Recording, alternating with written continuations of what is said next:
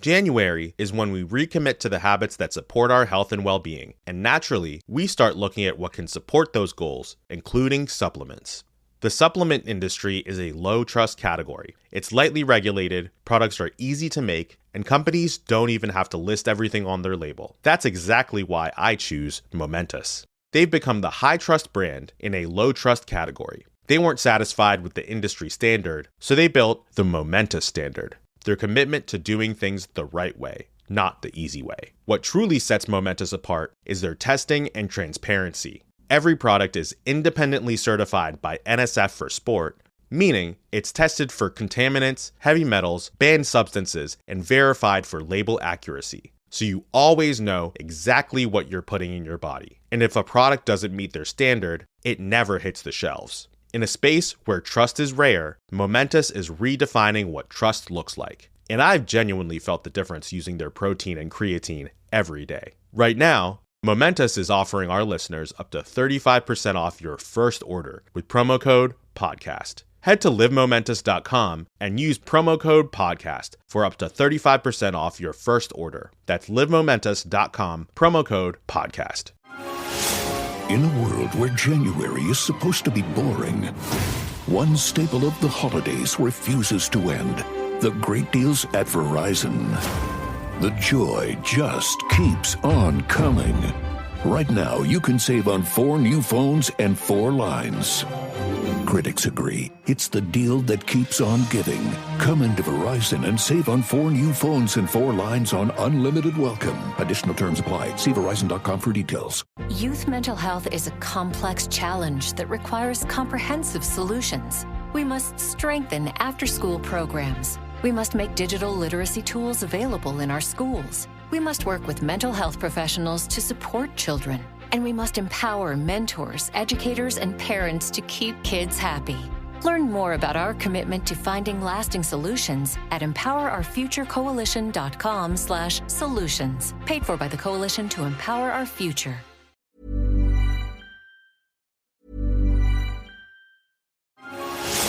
In a world where January is supposed to be boring, one staple of the holidays refuses to end. The great deals at Verizon. The joy just keeps on coming.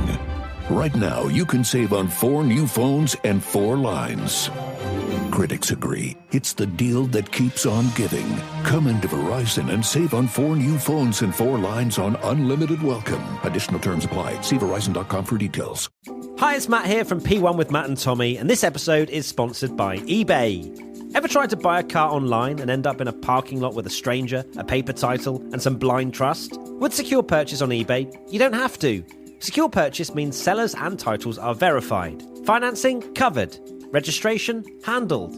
Delivery, get your ride, plates, and paperwork shipped to you, so you can skip the DMV and sketchy meetups. Buy your next car on eBay.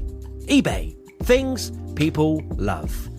Secure Purchase is powered by Caramel Dealer Services, LLC, an eBay subsidiary.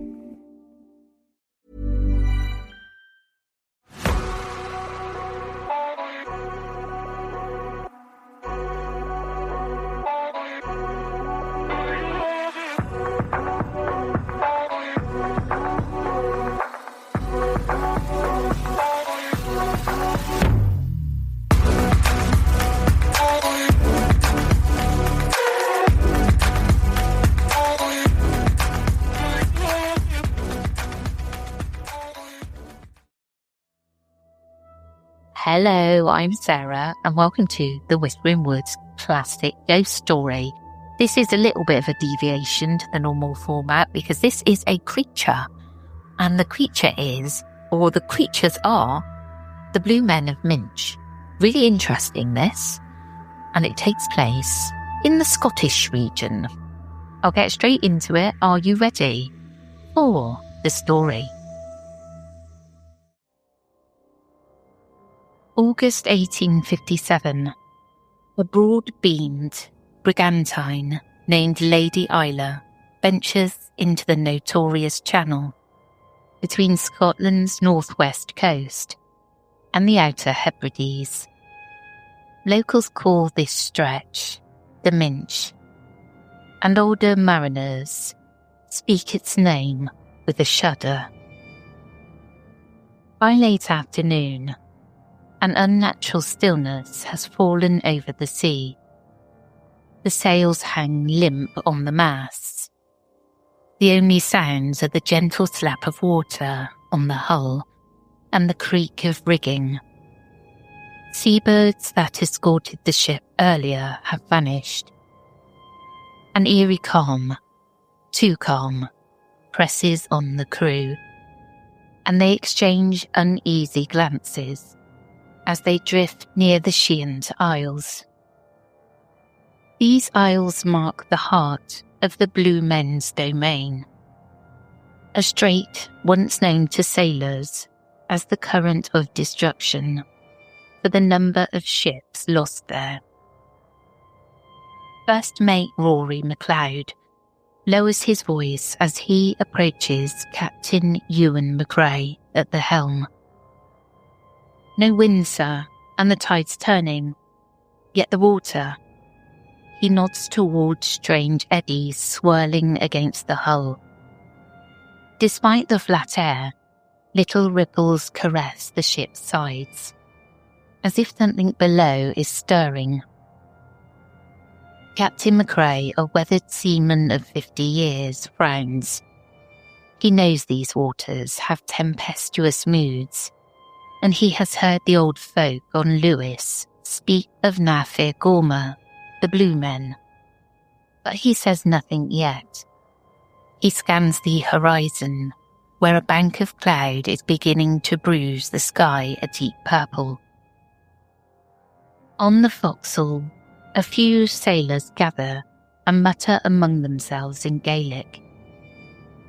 Yatra ad Estorcha, whispers one. Perhaps they have risen. The man making the sign of the cross is Donald, the Booston, born and raised on Harris. His grandfather swore he'd seen blue-skinned men in these waters. Donald's broad hand trembles as he fingers a wooden rosary. Another sailor, Tomas, spits over the side and forces a chuckle. Superstitious nonsense, he says, trying to break the tension. Blue men and storm kelpies, old wives' tales. But his eyes dart nervously to the glassy sea. None of them can deny that something feels wrong. The weather is fair, yet their ship glides through an unnatural stillness. Old Donald shoots Tamas a dark look. In a low voice he responds, "Mark my words, when the wind dies in the Minch, but the sea still moves, it's no natural calm. They keep the water restless with their long arms, even when the air is still." He stares out over the water, where the current indeed churns in odd, localized whirls. Aye, they're out there, though you can't see them. Yet. Captain McRae steps forward to address the men, keeping his tone brisk. "That's enough," he says. "Back to posts. We'll catch the evening breeze soon." But even he cannot hide the doubt furrowing his brow. He has sailed these waters for decades, ferrying cargo and passengers among the isles, and he's learned to heed the signs. The Minch has its spirits, if half the tavern tales are true. As the crew disperses, the captain quietly asks Donald, "What do you feel, friend?" Donald's weather-beaten face is grim. "It's not right. This calm is the kind they spoke of in my village, the kind before a sudden fury." He hesitates, then adds, "My own father saw something out here once. Said it swam like a man, but blue as the sea." McRae nods solemnly. "Let's pray your father's friend stays sleeping below," he replies, attempting a reassuring smile that does not quite reach his eyes. They continue on in the waning light, the Lady Isla merely drifting. With no wind, the captain orders the longboat lowered to tow the ship. But the moment two men climb down to the oars, a swirling eddy nearly capsizes the small boat.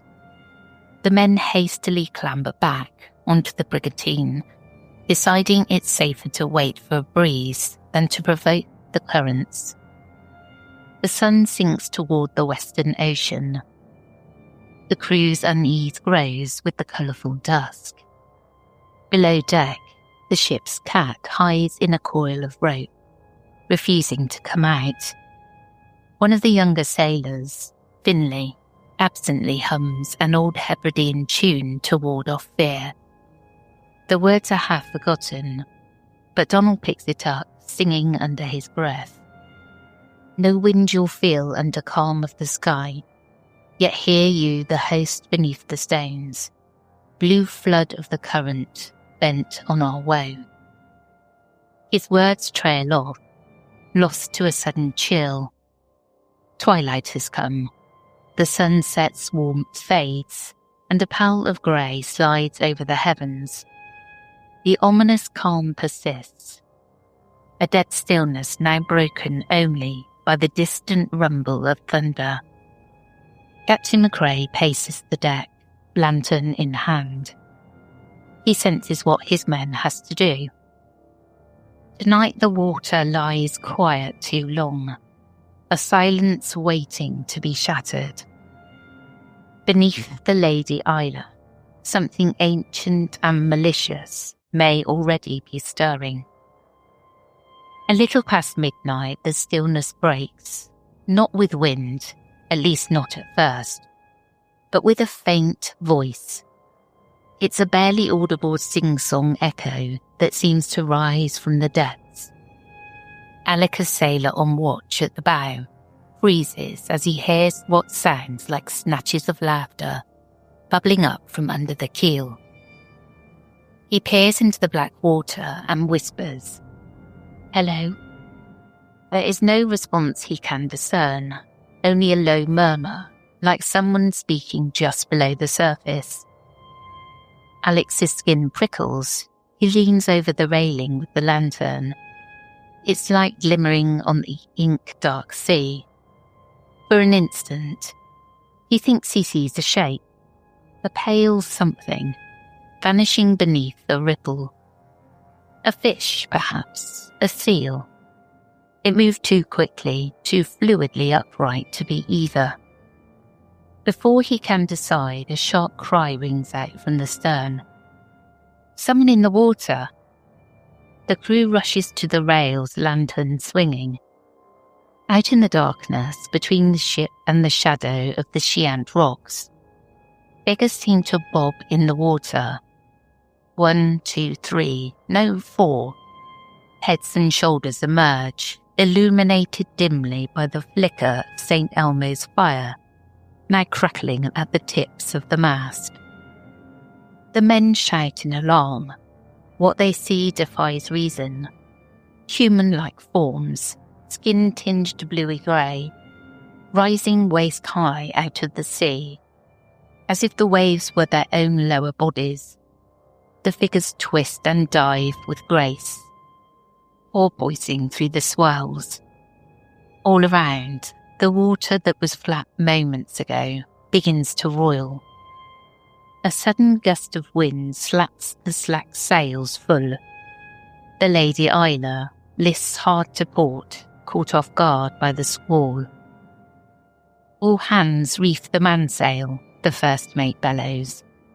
The crew scrambles into action amid the chaos.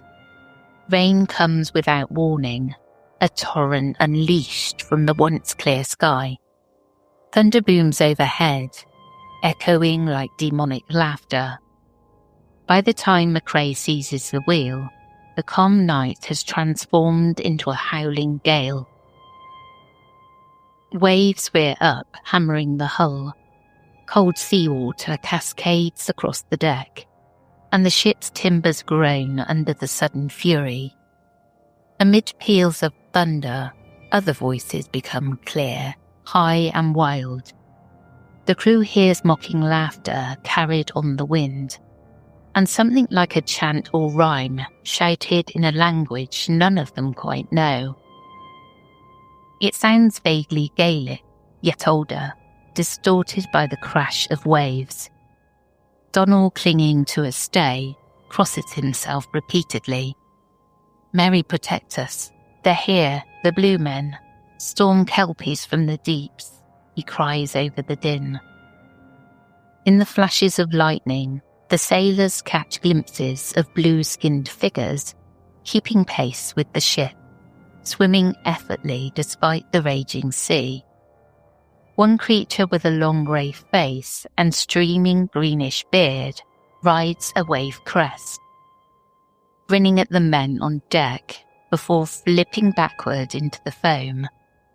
Another with long, sinewy arms grabs hold of the rudder for a moment, sending a terrible shudder through the vessel, then lets go with a cackle when a crewman throws a belaying pin at it. Tamas, the skeptic, is now white as a sheet as he hauls on a line. He nearly slips on the drenched planks when the ship lurches again. Finley grabs his arm, and together they tie down a flapping sail. Salt spray slaps their faces. Over the shriek of the wind, a wailing call comes from the darkness. "Hum, brothers, come quickly." The men do not know the tongue, but the malevolent glee needs no translation. Captain McRae's eyes dart across the waves, seeking the leader of this onslaught. Lightning forks overhead, and in its brief illumination he sees them. A pack of blue men to starboard, about half a cable's length away, heads and shoulders rising from the sea. They are close enough now that he can discern their terrible features. Faces long and gaunt, skin bluish-grey like a drowned corpse, eyes black and shining with wicked intelligence. Each wears a tattered blue cap on its head, and their bodies from the waist up look muscled like strong men, except tinted the colour of the ocean. One, seemingly the chief, is at the forefront. Even in the storm's frenzy, a strange calm seems to surround this figure as he keeps pace with the ship. He raises one long arm, and the sea around him seems to swell at the gesture. Suddenly, a massive wave slams the Lady Isla. Wood cracks and men are thrown off their feet. A desperate scream rings out. One of the crew, young Ewan, has been swept overboard. For an instant, his form is visible, thrashing in the glowing phosphorescence of the agitated water. Then several dark shapes converge, and he is pulled under with a gurgling cry. The men stare in horror. There is nothing to be done. Ewan is gone, vanished into the black maw of the sea. "God have mercy," Captain McRae breathes, gripping the wheel so hard his knuckles pale. Around him the blue men's laughter peals, voices echoing unnaturally, as if the whole gale is guffawing at their loss. Through the blinding rain, Captain McRae locks eyes with the blue chief as the creature rises higher on a towering wave. The blue man's torso is fully visible in a flicker of lightning, broad-shouldered and blue as a stormy sky, with a mane of kelp-like hair whipping around a face that is long, grey and cruel. Those black, gleaming eyes fix on McRae, and a chill clutches the captain's heart. When the being speaks, his voice carries preternaturally over the thunder, each word distinct and ringing with a rhythmic cadence. "Man of the black cap, what do you say, as your proud ship cleaves the brine?" The crew cowers, many making signs of the cross or whispering prayers. They have heard of this ritual in old ditties, the riddle of the blue men. The captain's black cap, now soaked, marks him as the master of the ship. and it is he who must answer. McCrae knows the legend, failed to reply in kind, failed to complete the rhyme, and the blue men will capsize the ship and drag all hands to a watery grave. Donnell had spoken of it just hours ago, telling Tomas that a quick tongue was as important as a steady rudder in these straits. McCrae realizes this is a battle of wits for the life of his crew.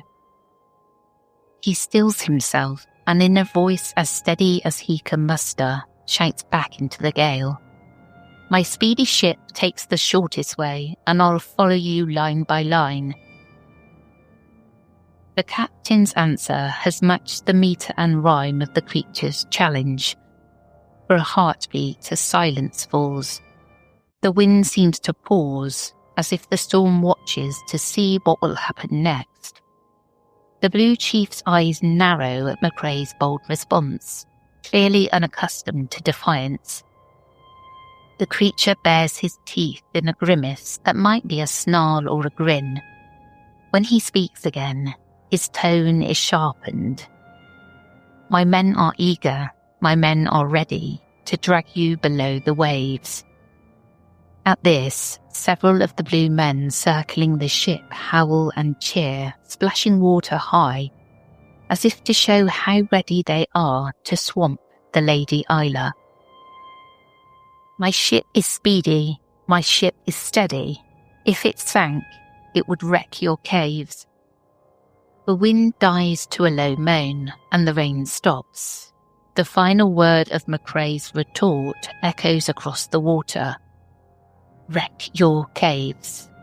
A bold taunt thrown back at the blue men. The crew of the Lady Isla stare from captain to sea creatures, hardly daring to breathe. Did their skipper just threaten them back? The Blue Chief's face twists in surprise and outrage. Clearly he did not expect a mere mortal to best him in verse. He opens his mouth as if to retort, but no words come. For the first time, a look of doubt, even fear, crosses that inhuman face. The rhyming duel has been won by the captain.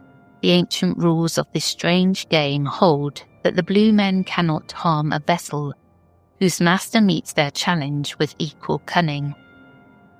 McCrae's quick wits have, in a heartbeat, snatched his ship from the jaws of doom.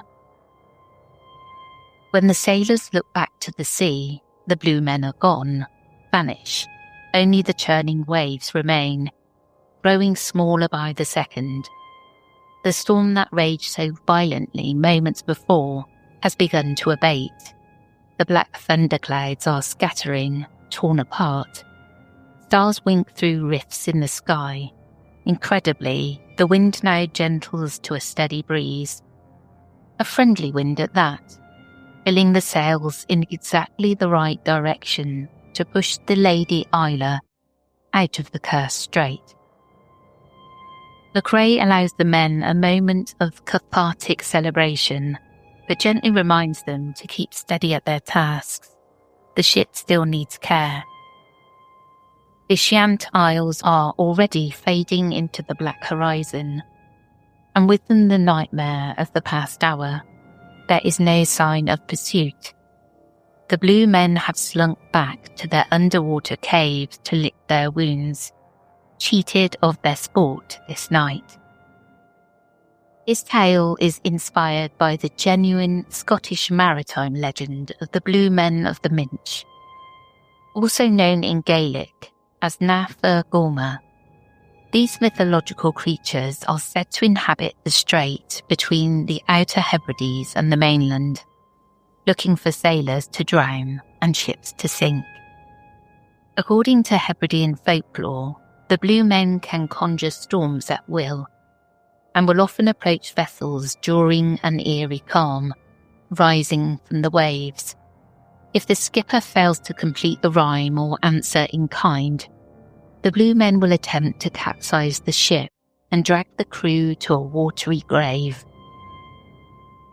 As part of the wider Celtic tradition of water spirits, or storm kelpies, the blue men of the Minch have been a staple of local seafaring lore for centuries. Their legend has been preserved through oral storytelling in the Hebrides and recorded by folklorists. For instance, folklorist Donald A. Mackenzie documented the iconic first duel between the ship's master and the Blue Men's chief, as well as other encounters where the blue-skinned spirits call each other by name and howl winds to overturn boats. To this day, the Blue Men of Minch remain one of Scotland's most evocative sea legends, a reminder of the supernatural terrors once believed to lurk beneath the waves. In a world where January is supposed to be boring, one staple of the holidays refuses to end. The great deals at Verizon. The joy just keeps on coming.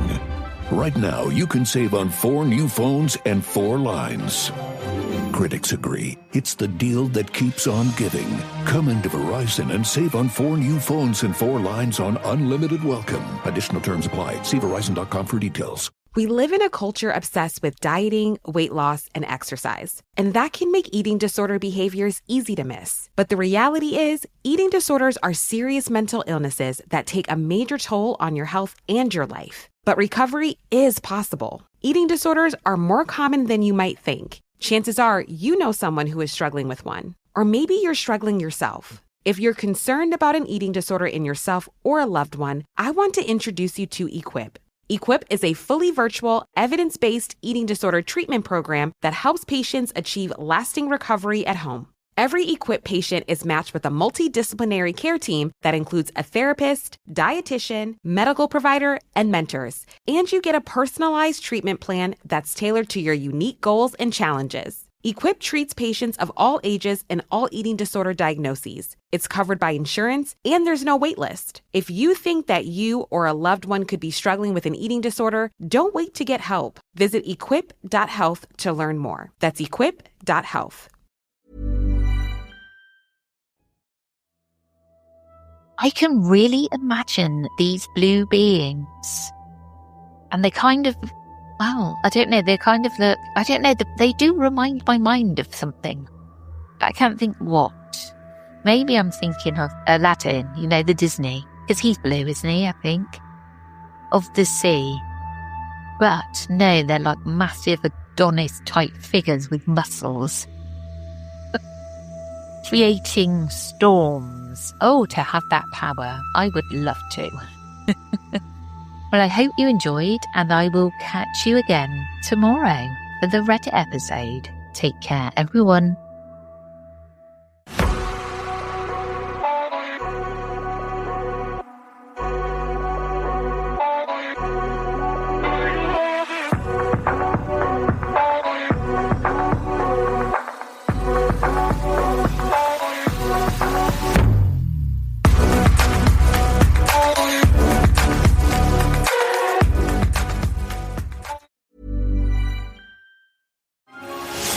In a world where January is supposed to be boring, one staple of the holidays refuses to end.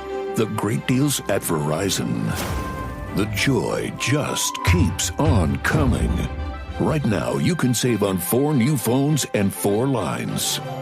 Critics agree it's the deal that keeps on giving. Come into Verizon and save on 4 new phones and 4 lines on unlimited welcome. Additional terms apply. See Verizon.com for details. Youth mental health is a complex challenge that requires comprehensive solutions. We must strengthen after-school programs. We must make digital literacy tools available in our schools. We must work with mental health professionals to support children.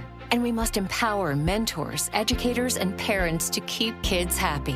Learn more about our commitment to finding lasting solutions at empowerourfuturecoalition.com/solutions. Paid for by the Coalition to Empower Our Future. Flowers die in 3 days.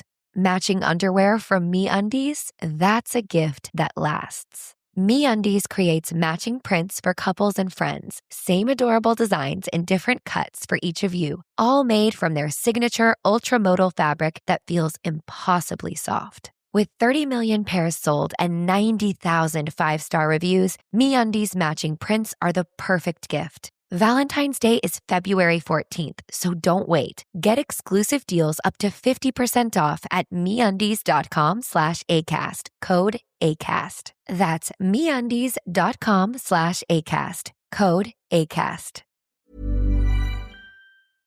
The stories told on the Whispering Woods are inspired by historical records, witness reports, and local folklore. While every effort is made to research and represent events accurately, some details, names, and locations may differ from official accounts or have been changed out of respect for those involved. These episodes are created for storytelling and entertainment purposes and should not be considered definitive fact or investigative journalism.